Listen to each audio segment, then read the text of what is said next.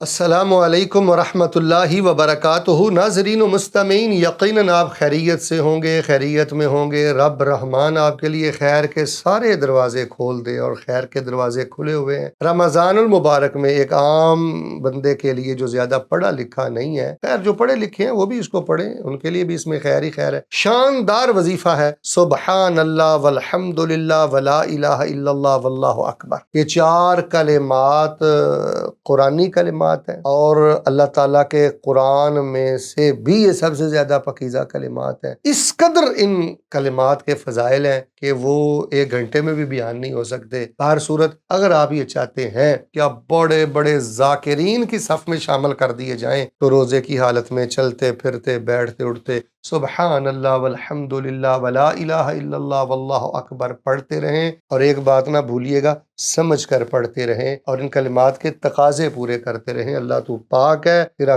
کوئی شریک نہیں ہے۔ اللہ تیری تعریف ہے، مجھے نعمتیں دینے میں بھی تیرا کوئی شریک نہیں ہے، تیرے سوا کوئی سجدے کے لائق نہیں ہے، تو بھی بڑا ہے، تیرا حکم بھی بڑا ہے۔